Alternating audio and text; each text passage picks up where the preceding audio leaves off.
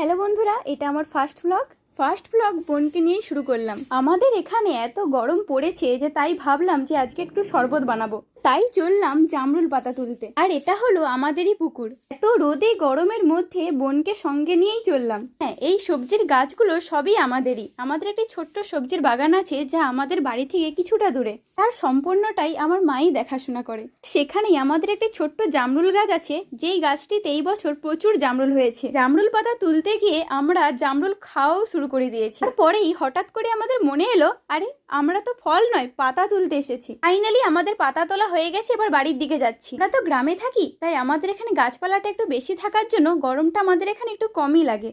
না, এটা আমাদের গাছ নয়, আমাদের বাড়ির পাশের একটা কাকুদের গাছ। বেশি জামরুল হয়েছে বলে তাই আপনাদেরকে দেখালাম। শরবত বানাতে বসে পড়েছি। প্রথমে একটি পাত্রে ঠান্ডা ঠান্ডা জল, বাতাসা আর বিট লবণ দিয়ে ভালো করে মিশিয়ে নিতে হবে। পরে জামরুল পাতাটিকে ভালো করে হাত দিয়ে একটু চটকে জলের সাথে মিশিয়ে নিলেই রেডি জামরুল পাতার শরবত। আমার পাশে আমার বোন বসে আছে আর বলছে, দিদি ভাই কখন হবে কখন। বললাম শরবতটা হোক, ফার্স্ট ক্লাসটা আমি তোকেই দেবো। আর ওকে দিলাম। ও খেয়ে বললো, দারুণ হয়েছে দিদি ভাই। শরবতটা এত ভালো লেগেছে যে বোন 2 গ্লাস খেয়েছে। পর আমিও একটু টেস্ট করে নিলাম। সত্যি শরবতটা কিন্তু খুবই সুন্দর। ভালো লাগলে অবশ্যই চ্যানেলটিকে সাবস্ক্রাইব করে দিন। টাটা।